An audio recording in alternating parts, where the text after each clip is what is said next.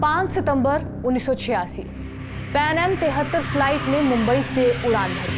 Flight को New York जाना था, लेकिन पाकिस्तान का कराची शहर उसका पहला पड़ाव था। कराची के जिन्ना एयरपोर्ट पर फ्लाइट लैंड हुई। कुछ पैसेंजर उतरे तो कुछ आगे की यात्रा के लिए सवार हुए। पायलट ने टेक ऑफ की तैयारी शुरू की। पैसेंजर जब फ्लाइट में चढ़ रहे थे तभी एक तेज रफ्तार वैन एयरक्राफ्ट के पास आती है। इस वैन को इस तरह से मॉडिफाई किया गया था ताकि ये कोई एयरपोर्ट सिक्योरिटी व्हीकल लगे। इस वैन में से 4 आतंकी बाहर आते हैं। कराची एयरपोर्ट सिक्योरिटी गार्ड की वर्दी में ये चारों एयरक्राफ्ट की सीढ़ियां चढ़ जाते हैं। इन सभी के पास assault rifle, pistol, hand grenade थे और ऐसी बेल्ट भी थी जिन पर इन्होंने बारूद लगाया हुआ था। ये सब इतनी जल्दी हो गया कि इससे कुछ समझ ही नहीं आ रहा था। प्लेन हाईजैक हो चुका था। प्लेन में 4 आतंकी, 360 यात्री और क्रू मेंबर्स के साथ साथ 379 लोग सवार थे। ऐसे हालातों में क्या किया जाए, किसी को कुछ समझ नहीं आ रहा था। लेकिन इन्हीं क्रू मेंबर्स में से एक थी फ्लाइट अटेंडेंट नीरजा भनोट। हथियारबंद आतंकियों ने सीढ़ियां चढ़ते देख नीरजा भनोट ने तुरंत एक ऐसा काम किया जिसने पूरे खेल को पलट दिया। नीरजा ने इंटरकॉम पर पायलट और उसके क्रू को स्पेशल कोड में यह बता दिया कि प्लेन में आतंकी चढ़ चुके हैं। नतीजा ये हुआ कि आतंकियों के कॉकपिट में पहुंचने से पहले ही नीरजा के तुरंत एक्शन लेने और प्रेजेंस ऑफ माइंड की वजह से पायलट और उनके फ्लाइंग क्रू कॉकपिट में ही मौजूद इमरजेंसी गेट से निकलने में कामयाब रहे। पैन एम फ्लाइट 73 को कराची के बाद फ्रैंकफर्ट में रुकना था, लेकिन उस दिन अबू निदाल संगठन के 4 हथियारबंद फिलिस्तीनी आतंकियों का मकसद था साइप्रस और इजराइल की जेलों में कैद फिलिस्तीनी कैदियों को हाईजैक प्लेन के दम पर छुड़वाना। इन 4 आतंकियों की पहचान जायद हसन अबद अल लतीफ सफरीनी, जमाल सैयद अब्दुल रहीम, मोहम्मद अब्दुल्ला खलील हुसैन अल रहायल और मोहम्मद अल मुनव्वर के तौर पर हुई। प्लेन को कंट्रोल करने के कुछ ही समय बाद आतंकी सफरीनी ने यह महसूस किया कि कॉकपिट के अंदर कोई नहीं है। इसके बाद उसे पाकिस्तानी अधिकारियों से बातचीत के लिए मजबूर होना पड़ा। फर्स्ट और बिजनेस क्लास के यात्रियों को प्लेन के पिछले हिस्से की ओर जाने का आदेश दिया गया और उसी समय प्लेन के पीछे के यात्रियों को आगे बढ़ने का आदेश दिया गया। प्लेन लगभग भर चुका था, इसलिए यात्री गैलरी और डोर एग्जिट में बैठ गए। सुबह के लगभग 10 बज चुके थे। सफरीनी प्लेन से गुजरा और राजेश कुमार नाम के यात्री की सीट पर आया।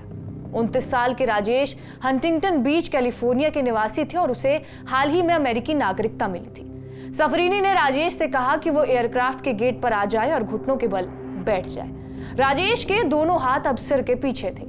सफरीनी ने अधिकारियों से बातचीत की। आतंकवादियों ने पाकिस्तान सरकार को पायलट देने का हुक्म दिया और कहा कि अगर पायलट नहीं दिया गया तो वो यात्रियों को एक एक कर मारना शुरू कर देंगे।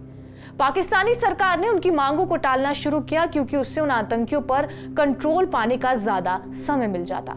इसके अलावा अगर वो पायलट दे देते तो आतंकी अपने हिसाब से प्लेन को कहीं और ले जाते। लेकिन आतंकियों ने अधिकारियों से ये कहा कि अगर 30 मिनट के अंदर पायलटों को प्लेन में नहीं भेजा गया तो राजेश को गोली मार दी जाएगी। 17 घंटे बीत गए, लेकिन पाकिस्तानी अधिकारियों ने आतंकियों की मांगों पर कोई ठोस कार्रवाई नहीं की।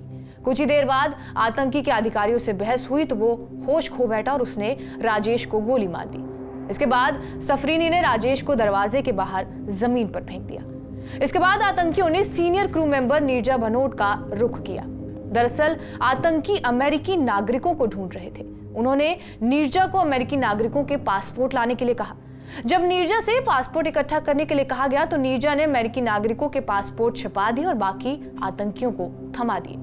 पासपोर्ट इकट्ठा होने के बाद भनोट इंटरकॉम पर आई और ब्रिटिश नागरिक माइकल जॉन को सामने आने के लिए कहा। थेक्सटन पाकिस्तान में छुट्टियां बिताने आए थे और वापस ब्रिटेन जाने के लिए कराची में उड़ान भर रहे थे। 27 साल के स्कूल के टीचर और अकाउंटिंग लेक्चरर पर्दे को पार करते हुए प्लेन के अगले हिस्से में पहुंचा जहां उसका सामना सफरीनी से हुआ। सफरीनी के पास उसका पासपोर्ट था और उसने उससे पूछा कि कहीं वो कोई सैनिक तो नहीं और उसके पास कोई बंदूक तो नहीं, लेकिन उसने ना में जवाब दिया। तब उसने उसे घुटनों के बल बैठने को कहा और अधिकारियों से बोला कि अगर कोई विमान के नजदीक आता है तो वो एक के बाद एक यात्रियों को मार डालेगा। सफरीनी के पास जब वो पहुंचा तो उसने पूछा कि क्या उसे पानी चाहिए। थेक्सटर ने जवाब दिया कि हाँ। सफरीनी ने यह भी पूछा कि क्या वो शादीशुदा है और दावा किया कि उसे हिंसा और ये सब मारकाट बिल्कुल पसंद नहीं है, लेकिन अमेरिका और इजराइल ने उनके देश पर कब्जा कर लिया है और वो ढंग की जिंदगी नहीं जी पा रहे हैं। इसी तरह अपहरण का सिलसिला रात तक जारी रहा।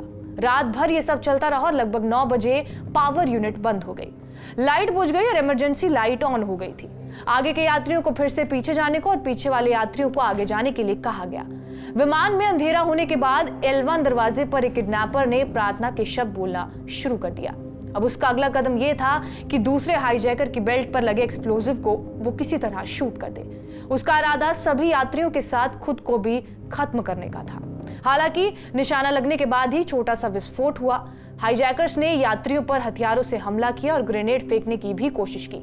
लाइट न होने की वजह से कई ग्रेनेड के पिन वो सही से नहीं खींच पाए और सिर्फ छोटे ही विस्फोट हुए। नीरजा ने इसी बीच इमरजेंसी गेट खोल दिया और कई यात्रियों को वहां से बाहर निकालना शुरू कर दिया। इसी वक्त एक आतंकी की नजर नीरजा पर पड़ी और ये वो वक्त था जब नीरजा 3 बच्चों को लेकर बाहर जा रही थी।